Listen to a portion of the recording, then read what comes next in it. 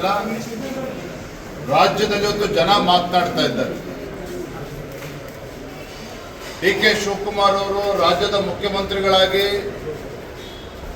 ಪ್ರಮಾಣ ವಚನವನ್ನು ತೆಗೆದುಕೊಂಡು ಇನ್ನು 48 ಗಂಟೆಗಳು ಕೂಡ ಕಳೆದಿಲ್ಲ.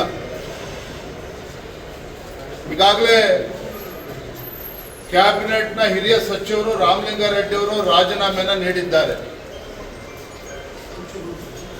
ಹಿರಿಯ ಸಚಿವರಾಗಿರುವಂತಹ ಮುನಿಯಪ್ಪನವರು ಸಹ ಮಲ್ಲಿಕಾರ್ಜುನ್ ಖರ್ಗೆ ಅವರಿಗೆ ಒಂದು ಕಿವಿ ಮಾತನ್ನು ಕೂಡ ಅವರು ಹೇಳಿದ್ದಾರೆ. ಏನು ಹೇಳಿದ್ದಾರೆ ಮುನಿಯಪ್ಪನವರು ಅಂತ ಹೇಳಿದ್ರೆ,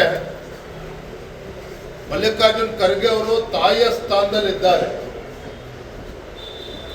ಎಲ್ಲರನ್ನೂ ಕೂಡ ಎಲ್ಲ ಮಕ್ಕಳನ್ನು ಕೂಡ ಒಂದೇ ರೀತಿ ನೋಡಿಕೊಳ್ಬೇಕು ಅನ್ನುವ ಕಿವಿ ಮಾತನ್ನು ಕೂಡ ಮುನಿಯಪ್ಪನವರು ಹೇಳಿದ್ದಾರೆ. ನಾನು ಒಪ್ಕೊಳ್ತೇನೆ, ಮಾನ್ಯ ಮುಖ್ಯಮಂತ್ರಿಗಳು ಸಾಕಷ್ಟು ಅನುಭವ ಇದೆ, ರಾಜಕೀಯ ಚಾಣಾಕ್ಷತನವೂ ಕೂಡ ಮುಖ್ಯಮಂತ್ರಿಗಳಲ್ಲಿದೆ, ಕಸದಿಂದ ರಸವನ್ನ ತೆಗೆಯುವಂತ ಶಕ್ತಿ ಸಾಮರ್ಥ್ಯವೂ ಕೂಡ ಮಾನ್ಯ ಮುಖ್ಯಮಂತ್ರಿಗಳಿಗಿದೆ. ಆದರೆ ಎಲ್ಲೋ ಒಂದು ಕಡೆ ಹಿರಿಯ ಸಚಿವರನ್ನ ಕಡೆಗಣಿಸಿದ್ದಾರೆ ಅನ್ನುವ ಚರ್ಚೆ ಇವತ್ತೇನು ಪ್ರಾರಂಭ ಆಗಿದೆ, ಇದು ಸರ್ಕಾರಕ್ಕೂ ಕೂಡ ಗೌರವ ತರೋದಿಲ್ಲ, ಕಾಂಗ್ರೆಸ್ ಪಕ್ಷಕ್ಕೂ ಕೂಡ ಗೌರವ ತರೋದಿಲ್ಲ. ಮಾನ್ಯ ಮುನಿಯಪ್ಪನವರು ಹೇಳಿದ್ದಾರೆ,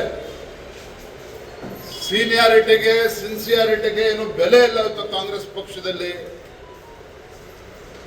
ಹೀಗೆ ನಡೆದುಕೊಂಡು ಹೋಗ್ತಾ ಇದ್ರೆ 28ರ ಚುನಾವಣೆಯಲ್ಲಿ ರಾಜ್ಯದಲ್ಲಿ ಕಾಂಗ್ರೆಸ್ ಪಕ್ಷ ಅಧಿಕಾರಕ್ಕೆ ಬರೋದಿಲ್ಲ ಅನ್ನುವ ಮಾತನ್ನು ಕೂಡ ಅವರು ಹೇಳಿದ್ದಾರೆ.